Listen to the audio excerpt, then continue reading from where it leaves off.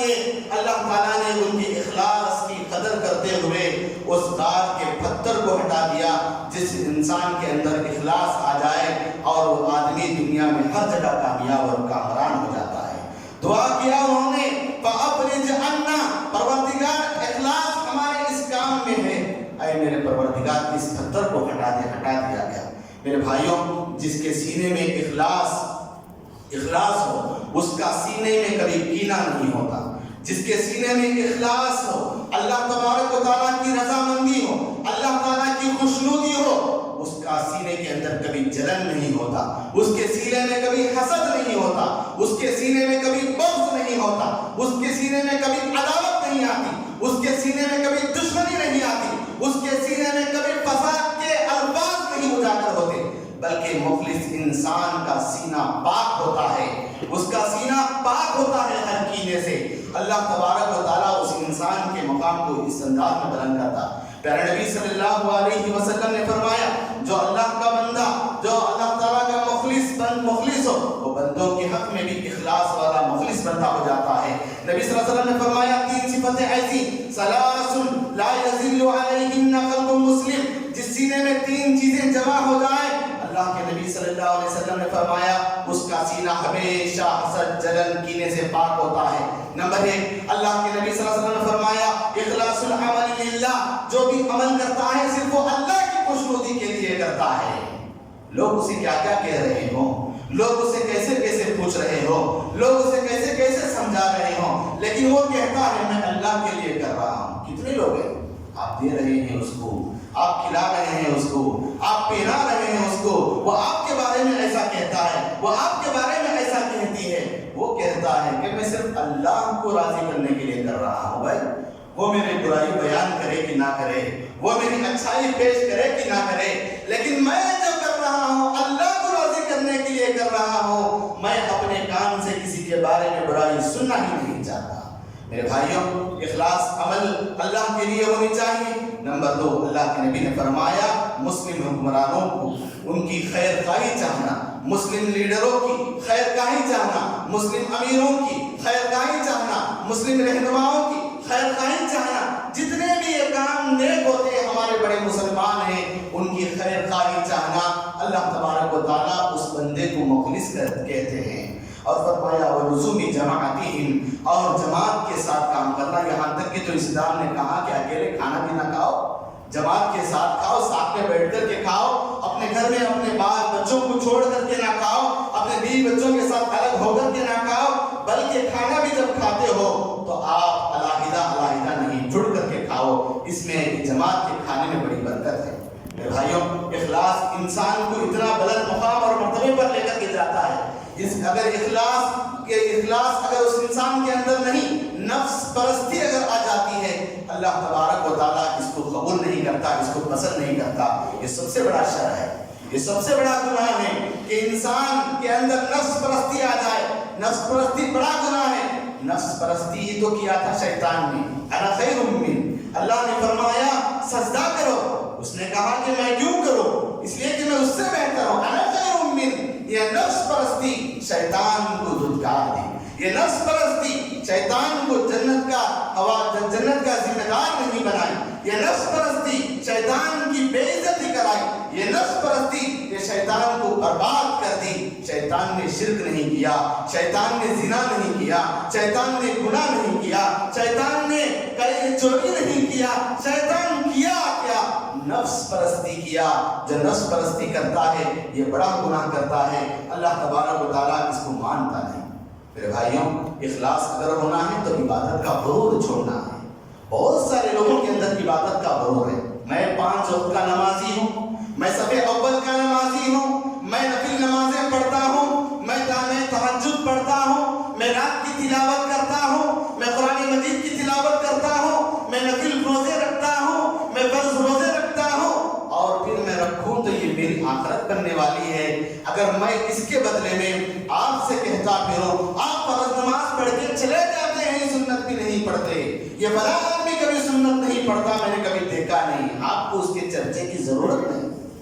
ہو سکتا ہے جا کے گھر میں پڑھ لے، ہو سکتا ہے آپ کی نظروں سے دور ہو کر پڑھ لے، آپ کے اندر یہ عبادت کا غرور کیوں آیا؟ سنت پڑھتا ہوں، میں دن میں 12 رکعت نماز پڑھتا ہوں، میں نفل روزے رکھتا ہوں، یہ غرور عبادت کا چھوڑو، یہ غرور تلاوت کا چھوڑو،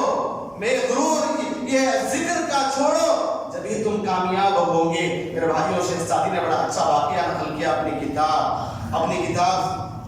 میں اچھا واقعہ نقل کیا، فرمایا کہ ہم اپنے ساتھیوں کے ساتھ کہیں سفر میں جا رہے تھے، سفر میں جاتے جاتے رات ہو گئی، رات ہونے کے بعد ہم آرام کرنے لگے، ہمارے ساتھیوں میں سے ایک اٹھا اور اٹھ کر کے تہجد کی نماز پڑھنے لگا، اور تہجد کی نماز کیا پڑھا، فجر کے بعد وہ تبصرے کرنے لگا کہ ہمارے ساتھی اللہ کو بھول کر سو گئے،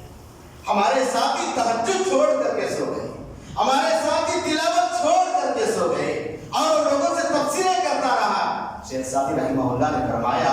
اگر تو بھی سو جاتا تو یہ اللہ کے حق میں بہتر ہوتا، اس لیے کہ تیرا عمل برباد ہو گیا، تیرا عمل غارت ہو گیا۔ میرے بھائیوں، کسی کے اندر یہ عبادت کا غرور نہیں آنا چاہیے۔ آپ جو عبادت کر رہے ہیں اس کے تبصرے نہ کرو، آپ نفل نماز پڑھ رہے اس کے تبصرے نہ کرو، آپ عبادت کر رہے اللہ کی طرح تبصرے نہ کرو، اور آپ تسبیحاں پڑھ رہے ہیں راستوں چوراہوں پر آپ لمبے لمبے مالے گر رہے ہو اور بتا رہے ہو کہ آپ ذکر کر رہے ہیں۔ میرے بھائیوں، آپ کے اندر عبادت کا غرور آتا ہے، وہ عمل ختم ہو جاتا ہے، عاجزی رہتی ہے، عبادت کا غرور نہیں رہتا، وہ بندہ مخلص بندہ ہو جاتا ہے، وہ اللہ تبارک تعالیٰ کا پسندیدہ بندہ ہو جاتا ہے۔ ایک چھوٹی نیکی، ایک چھوٹا عمل، ایک چھوٹی نصیحت، اللہ تبارک و تعالیٰ کسی کے اخلاص کے ساتھ ہم کسی کو نصیحت کریں، کسی کو سمجھائیں، اس کے نتائج کتنے اچھے نکلیں گے کہ وہ شراب چھوڑنے سے بچ جائے، وہ چوری کرنے سے بچ جائے، وہ گناہ کرنے سے بچ جائے، وہ جھوٹ بولنے سے بچ جائے، وہ رشتہ توڑنے سے بچ جائے۔ اگر آپ کے اندر یہ چیز ہو کہ میں اس کو سمجھایا، میں اس کو ملایا، میں اس کو بتایا، میرے کہنے سے جا کر کے ملا، میرے کہنے سے اس نے ایسا عمل کیا، میں نہیں سمجھاتا تو وہ نہیں جاتا تھا، یہاں اخلاص ختم ہوا، اس کا نتیجہ بھی ختم ہو جائے گا۔ اخلاص کے ساتھ آپ کو چاہیے، آپ اللہ کے پاس رضامندی چاہ رہے ہو، اللہ کو راضی کرنا چاہ رہے ہو، کسی سے بول کر کے ہٹ جاؤ، اور اچھا ہو گیا تو بولنے کی بھی، تبصرے کی بھی ضرورت نہیں۔ میرے بھائیوں، آپ دیکھیں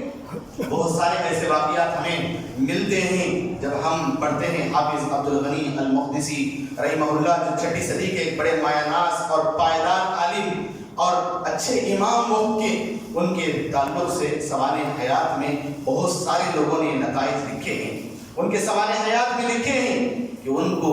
اس وقت کے حکمرانوں نے جیل میں ڈال دیا۔ حافظ عبد الغنی المقدسی رحمہ اللہ کو جیل میں ڈال دیا وقت کے حکمرانوں نے، وہ جیل میں چلے گئے، جیل کے سلاخوں کے پیچھے تھے، بہت دن تھے، بہت مہینے تھے، اور پھر ایک رات یہودی بھی اس جیل میں تھے، عیسائی بھی اس جیل میں تھے، ایک رات انہوں نے دیکھا کہ اللہ کا بندہ رات میں اٹھ کر کے گریہ ازاری کر رہا ہے، رو رہا ہے، دعائیں کر رہا ہے، تڑپ تڑپ کر اللہ کو پکار رہا ہے۔ یہ یہودی دیکھے اور دیکھ کر کے صبح ہوئی تو فوراً جیلر کے پاس آ کر کے انہوں نے کہا کہ ہم اسلام قبول کر چکے ہیں۔ جیلر نے کہا کیا بات ہے کہ حافظ عبد الغنی نے تم کو تبلیغ کر دی، دین کی باتیں بتا دیا، اسلام کی باتیں بتا دیا۔ انہوں نے کہا کہ نہیں، اس نے کوئی تبلیغ نہیں کی، ہم نے اس کے عبادت کے طریقے کو دیکھا، ہم نے اس کے روتے تڑپتے طریقے کو دیکھا، اس کی گریہ ازاری کو دیکھا، اس کی دعاؤں کو دیکھا، اس سے رب کے تعلق کو ہم نے دیکھا، ہم اسلام لے کر کے آ گئے، ہم اسلام قبول کر لیے۔ اللہ اکبر۔ انسان کوئی اخلاص کے ساتھ عمل کرتا ہے، دکھاوے کے لیے نہیں، ریاکاری کے لیے نہیں۔ انسان جو اعمال کرتا ہے، اللہ تبارک و تعالیٰ اس کے عمل کو، اس کے قیام کو، اس کے نماز کو، اس کے روزے کو، اس کے زکوٰۃ کو، اس کے حج کو، اس کے صدقے کو، اس کے ذکر کو، اس کی دعاؤں کو اللہ تعالیٰ ایسے قبول کرتا ہے، اس کو تو فائدہ پہنچتا ہی ہے، لیکن دوسروں کو بھی اس سے فائدہ پہنچنے لگتا ہے، جیسے کیسے اسلام قبول کر رہے ہیں۔ میرے بھائیوں، چند علامات جو مخلص ہونے کے ہیں، ان میں سے سب سے پہلے ہم اگر مخلص بننا ہے، ہمارے اندر اگر اخلاص آنا ہے تو ہم کیا کرنا چاہیے؟ سب سے پہلی بات یہ ہے کہ اپنی تعریف آپ نہیں کرنا چاہیے، جو اپنی تعریف آپ کرتا ہے وہ مخلص نہیں آتا۔ اپنی تعریف آپ کریں، میں سیدھا ہوں، میں سچا ہوں، میں امانت دار ہوں، میں نمازی ہوں، میں قرآن پڑھتا ہوں، میں زکوٰۃ دیتا ہوں، میں حج کرتا ہوں، میں صدقے کرتا ہوں، میں خیرات کرتا ہوں، مریضوں کی عیادت کرتا ہوں، لوگوں کو بھلائی کا حکم دیتا ہوں، برائی سے روکتا ہوں۔ اگر کوئی آدمی آپ کے سامنے خود اپنی تعریف آپ کر رہا ہو، میں نے یہ کام کیا، میں نے یہ